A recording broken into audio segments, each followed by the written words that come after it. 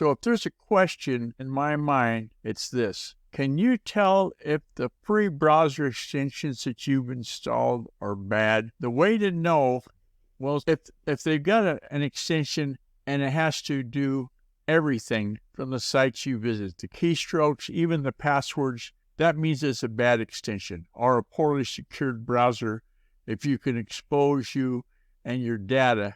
One thing to consider, and what I've done, I changed browsers. I went to Vivaldi, and it's based on Chrome, but Vivaldi doesn't track what you're doing, and so it's a little bit more comforting. I'm using it exclusively on my Linux Mint workstation, which is another thing I'm doing to try to stay safe at home. Hey, to contact me, use the secure contact form on guyrcookreport.com. If you like this episode on YouTube, and give it a thumbs up on youtube.com and click the bell to subscribe to future episodes. It's a wrap.